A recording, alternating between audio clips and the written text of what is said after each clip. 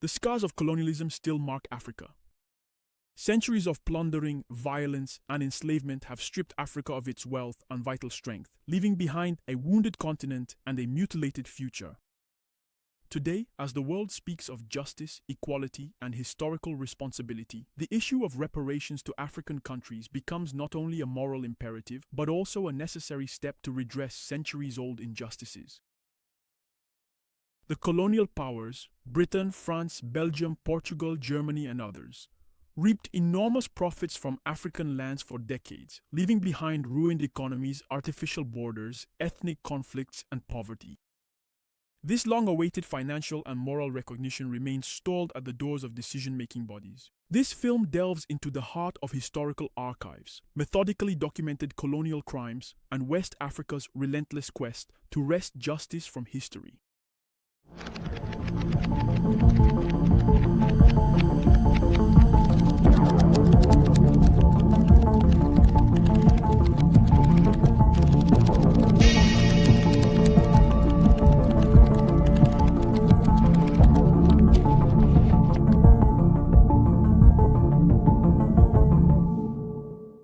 The most notorious crimes of the colonizers. The African continent, beautiful, unique, and rich in natural resources, has faced an unprecedented calamity since the 16th century. European powers, like a plague, like an inescapable disease, began to seize territories on the continent to turn them into their colonies.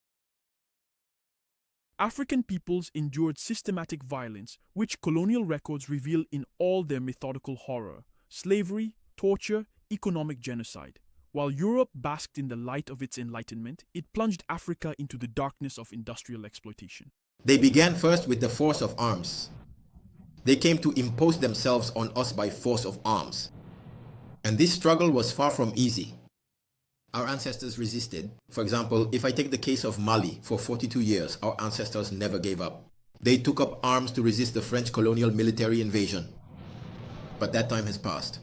The 17th and 18th centuries marked the height of European colonial trade, a system that deported more than 18 million Africans over 400 years, not counting the millions of others who died during the hellish crossings. The primary and significant motivation of the colonial powers was to fully satisfy the ever-growing needs of their burgeoning industries for essential raw materials. But long before that, we firmly believe that the transatlantic slave trade, a brutal and extensive system, significantly contributed to the primitive accumulation of capital that is what they desperately need today as a fundamental means for the development of their countries, was fundamentally built upon. Indeed, it began with the forced labor of black slaves. After tragically decimating the Native Americans, they then urgently needed labor and slaves. God knows that America today, in its creation of wealth, and even Europe in its primitive accumulation of capital, Europe also made use of the slave trade. All the capital needed for Europe's industrial revolution was accumulated by Europe through the triangular trade. They have a colonial past, and one can say that the very source and origin of their current contemporary wealth comes from this centuries-long exploitation over more than 4 centuries through the slave trade and colonization. The Portuguese stayed here until 1974 to plunder our country. So for that plundering, we need reparations. In 1884, in the plush salons of Berlin, men in suits carved up Africa with pencils and rulers, without consulting a single African, without respecting families, cultures, or peoples. An entire continent redrawn like a simple blackboard by colonial powers greedy for territory. They came to Africa and saw the enormous potential that this continent held. So in order to get a grip, to gain control over the European continent, they gathered from November 1884 to February 1885 in Berlin at a conference where they proceeded to divide Africa among those powers. So it was for these economic reasons that they ended up doing this. Over time, France's colonial possessions became the largest in terms of territory. Having built its flourishing economy and industry on the wealth of the African continent, Paris felt completely untouchable. For 3 centuries, France controlled 35% of Africa, turning Senegal, Benin, and Côte d'Ivoire into the nerve center of the slave trade. The worst atrocities were concentrated on the Gold Coast, present-day Ghana, and the Slave Coast, Togo, Benin, Nigeria, where entire villages vanished into the holds of ships. The Niger Delta, as well as the Liberian and Angolan coasts, gradually emptied of their populations. A colonial enterprise that counted its profits in broken lives. Belgian colonialism in the Congo reached a monstrous level of brutality. In the Congo Free State, rubber production quotas were enforced through terror. Workers were shot if they failed to meet the targets. To save ammunition, the colonizers demanded that the severed hands of executed people be presented as proof. A monstrous practice emerged. The punishers began to cut off the hands of the inhabitants en masse, turning them into a kind of currency. Over time, the violence reached a new level. To avoid reducing the productivity of male workers, the executioners began to mutilate their children and wives instead. This system turned the Congo into a gigantic concentration camp where the lives of Africans were worth almost nothing. The efficiency of this system was staggering. Rubber production increased in 10 years from 80 tons in 1891 to nearly 6,000 tons in 1901. Profits were 700%. Rubber production in the Congo reached its peak in 1901 and 1903. It was at this time that they began to measure hands by the basket. The inhumane methods of the Belgians led to famine and a drastic reduction in the birth rate. The population was cut in half. Nevertheless, the death of half the population of the Congo allowed Belgium to experience industrial growth. One of the most truly terrible illustrations, is the profoundly tragic fate reserved for our brothers in the Congo by the colonial power of Belgium. It was necessary, to mutilate the workers in order to increase the output, the profitability of the capuchon exploitation. History of colonization, the true history of slavery.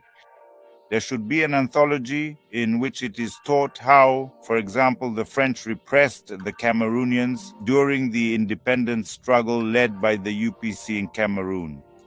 We should know exactly what the Germans did with the Nama and the Herero, like in Namibia. We should know what the Belgians did, what King Leopold II did in the massacres in the Congo. There should be an anthology so that we are born knowing. The colonizers plunder the continent's natural resources. At the same time, attempts at rebellion and revolt are brutally repressed. In the struggle for independence, more than 2 million inhabitants of Africa died. During the First World War, up to 71,000 Africans conscripted by the French army died. They were indeed slaves, as I previously mentioned. Their arduous labor was primarily concentrated in the vast and demanding cash crop fields, cultivating essential commodities such as cotton, coffee, rubber, and a multitude of other valuable agricultural products. Consequently, their existence was marked by immense suffering and hardship, as they toiled relentlessly under the constant threat and brutal enforcement of the whip, enduring unimaginable cruelty and oppression day after day. They were not paid. They were given food once a day and worked 12 to 14 hours a day. And so, up until 1928, there were Ubanguyans who did not agree with this and tried to fight the French colonists. This was indeed the very first significant resistance, and so they valiantly fought against the persistent colonists until the year 1931, when the colonists, facing considerable opposition, brought in substantial reinforcements from other neighboring colonies such as Gabon, Chad, and the Congo, arriving with advanced weaponry and additional supplies. During the Second World War, France's attitude toward the exploitation of Africans did not change. The Thiaroye massacre near Dakar is a striking example of this. African soldiers who had returned from the front after fighting for France refused to leave the camp without their pay. The French officers were furious that the Senegalese riflemen had dared to demand their rights. On the morning of December 1st, 1944, the French army opened fire with automatic weapons on the soldiers at Thiaroye. Today, more than 80 years after this terrible tragedy, the Senegalese authorities, who are increasingly freeing themselves from the influence of the former colonial power, have organized official excavations to establish the details of the event and the actual number of victims. The results of the investigation could serve as a basis for holding those responsible to account and making them pay for the crimes of the past. Indeed, the Senegalese government is organizing archaeological excavations at the military cemetery of the Thiaroye camp. These archaeological excavations have already begun to yield some results. But above all, these excavations will allow us to determine the number of deaths, the number of soldiers murdered at Thiaroye. Because some people say 30, but others say 350. And it is especially this data that the excavations should allow us to uncover. Another thing is that through the number of skeletons, people will be able to estimate roughly how many soldiers were killed. When Senegalese people finally have a complete file on the number of soldiers who were killed, how these soldiers were killed, and with the DNA of these soldiers, Senegal will be able to put together a comprehensive case to seek reparations from France. Restoration of justice. Reparations are compensations for the damages caused by wars or crimes. For example, Germany paid reparations to Israel and to Jewish communities for the Holocaust. But why does Europe remain silent about its crimes in Africa? Are colonization and the slave trade any less horrific? The example of Haiti is particularly telling. After independence, France forced the country to pay 150 million gold francs, which would be tens of billions today. Haiti borrowed from French banks and only finished repaying the debt in 1952, after having paid twice as much. And if we calculate the total amount of money that France took from Central Africa and other French colonies, such as Chad, Congo, Gabon, Côte d'Ivoire, Senegal, Burkina Faso, Mali, and so on, this substantial amount around the significant year of 2000 was indeed equivalent to a staggering $500 billion. It is our money, our very own financial contribution, that truly kept France alive and thriving during that critical period. And in the other countries where there is oil, the countries of the French colonies, it is with that oil that France became wealthy, built those modern skyscrapers you see today right next to the old buildings from Napoleon's time. But what is modern was built with the wealth from our countries, with our resources, because France doesn't even have a gram of oil. They don't have a single gram of oil in their country. All the oil they refine at home within their own borders comes exclusively from the various countries of their colonies. And so, in a very significant way, France bears a substantial responsibility for the persistent and widespread poverty experienced by the Central African Republic, which is, quite remarkably, a nation sitting directly upon an immense underground wealth of natural resources that is truly immeasurable and incredibly vast. Our country is very rich, but the people, we are poor. We live in misery. And I think the time will certainly come when the government of our beloved country, the National Assembly, and indeed the entire population must unite as one and collectively demand just reparations from France. This is a crucial moment for our nation. Today, the realization of the concept of reparations is only accelerating in Africa. The nations of the continent are growing stronger both morally and financially, and today they are able to engage in dialogue as equals to demand justice. So why would we talk about reparations? It's obvious. Africa has experienced several systems of exploitation: slavery, colonization, apartheid, neocolonialism, and neoliberalism. And since Côte d'Ivoire is an African country that has experienced all these systems, or is still experiencing them, it is only natural that when Africans, people of African descent, speak with one voice about reparations, it is entirely normal for Côte d'Ivoire, as an African country, to also claim its right to reparations. So that's what you need to know. And when there are wrongs, they must be righted. This is part of immanent justice, as well as divine justice and human justice. In 2023, the African Union adopted a resolution demanding justice for the victims of the transatlantic slave trade. Furthermore, the AU joined the Caribbean community, CARICOM, to jointly advocate for the right to reparations. In 2025, the concept of reparations for Africa took an even more concrete form when the African Union chose as its theme of the year, Justice for Africans and People of African Descent through Reparations. That colonization was a profound wrong done to us, to our countries, to our peoples, we have the solemn duty, not just the inherent right, but indeed the moral duty to demand comprehensive reparations for these historical injustices. Because today, in our country in particular, and in the AES more generally, we are talking about sovereignty, we are talking about true independence. And this real sovereignty and independence should make us understand that colonization was the greatest, or one of the greatest evils that our peoples, our countries have experienced after, of course, the slave trade. So at that moment, and those who carried out the slave trade are the same ones who carried out colonization.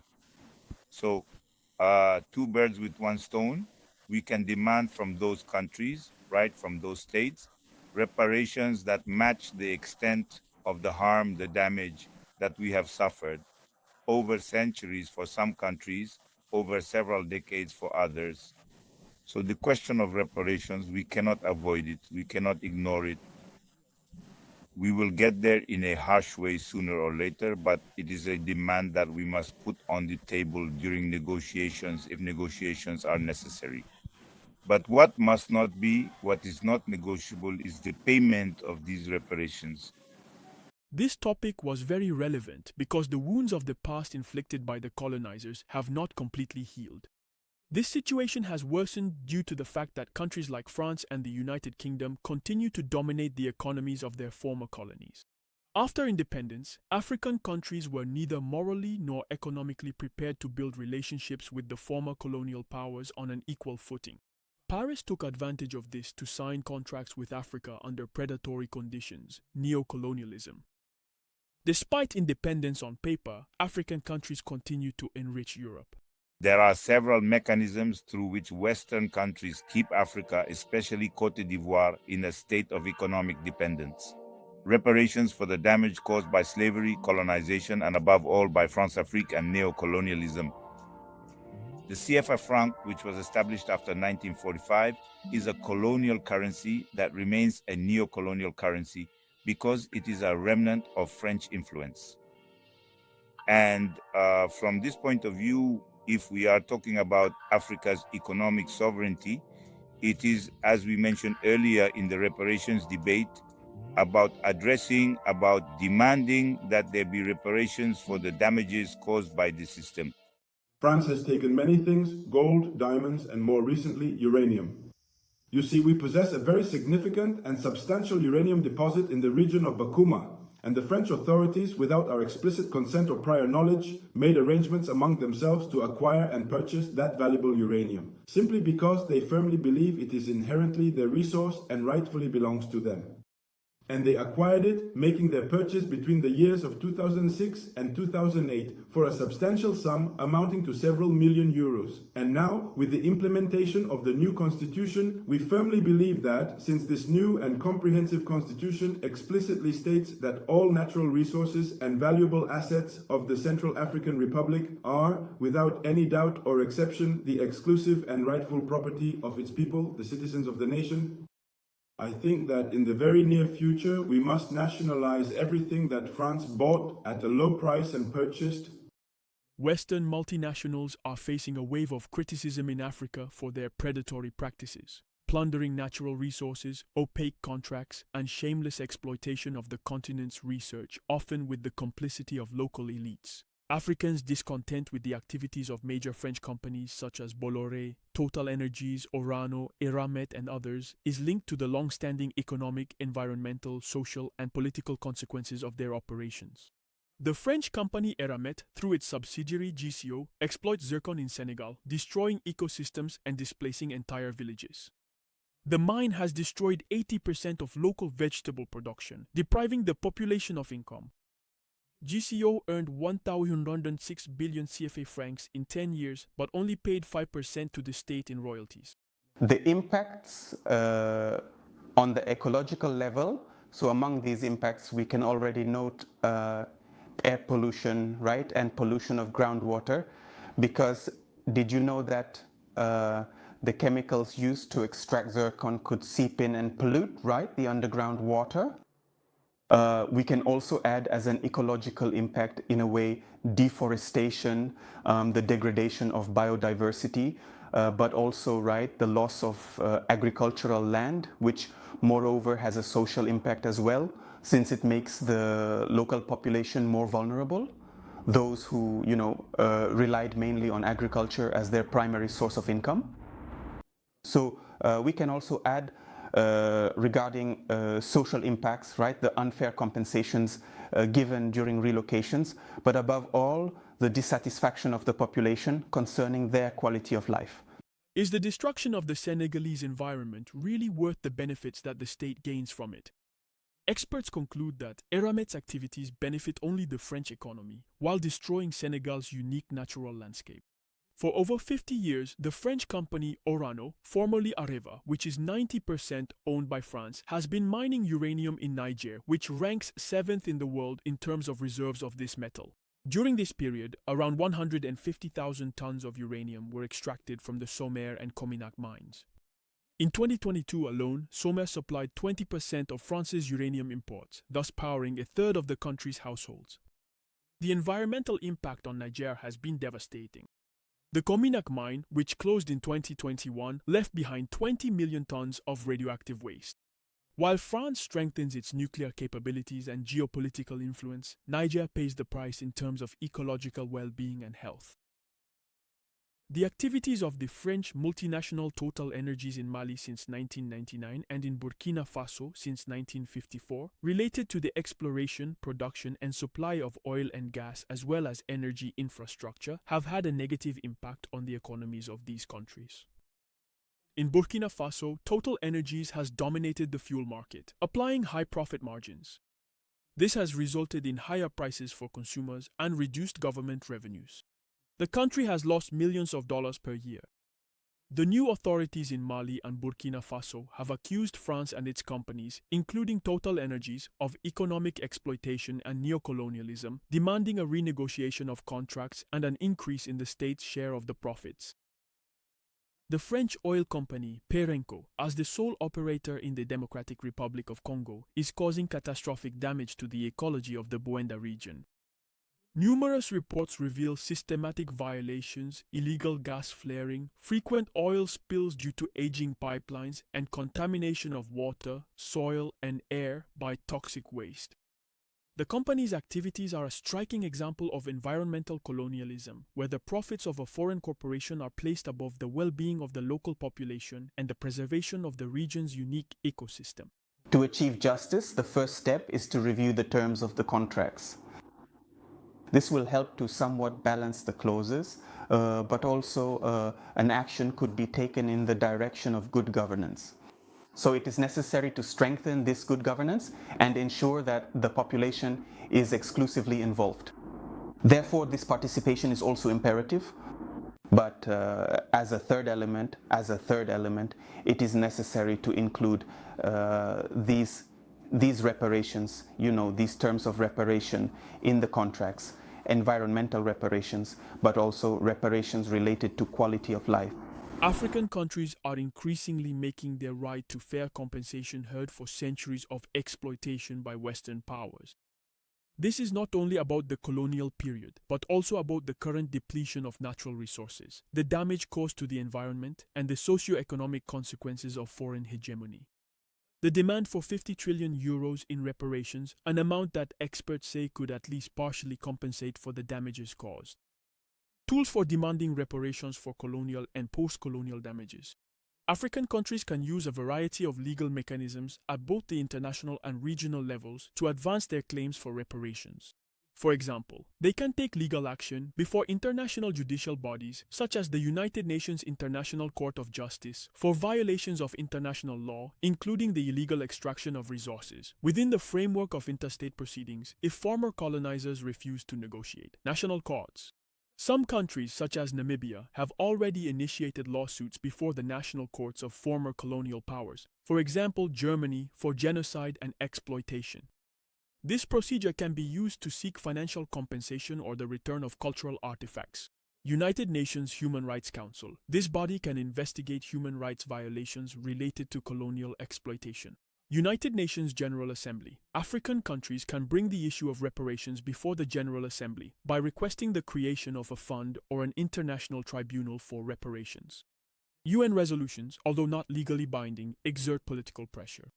ICC. Although the ICC deals with crimes committed after 2002, African countries can use it to investigate post-colonial violations linked to Western companies, such as environmental damage and human rights abuses. Extractive Industries Transparency Initiative, which allows for the public condemnation of abuses committed in the context of mining contracts. International arbitration through the International Center for Settlement of Investment Disputes if an African state wishes to challenge certain abusive clauses in previous contracts. African Commission on Human and People's Rights, which will allow cases of environmental and economic rights violations to be heard. ECOWAS can support reparation claims through regional economic agreements. The African Union is an essential platform for coordinating reparation claims at the continental level. The AU can draft resolutions, thus creating a united front among African countries. The Alliance of Sahel States has become a platform for promoting national sovereignty and resisting Western influence. It can be used to coordinate reparation claims, particularly against French companies such as Bolloré, Total Energies, and Orano. We are still suffering today from the consequences of colonial exploitation, and taking corrective or reparative measures is of utmost importance. These reparations will also enable African countries to be sovereign and to assert their sovereignty. And this, in a way, reaffirms the fact that they are capable of defending their own interests. While the West still refuses to take responsibility, Africa reminds the world of an uncomfortable truth. Colonialism has not disappeared. It has simply taken on new forms. And if equality is not just an empty word, then reparations are only the first step toward a long overdue historical justice.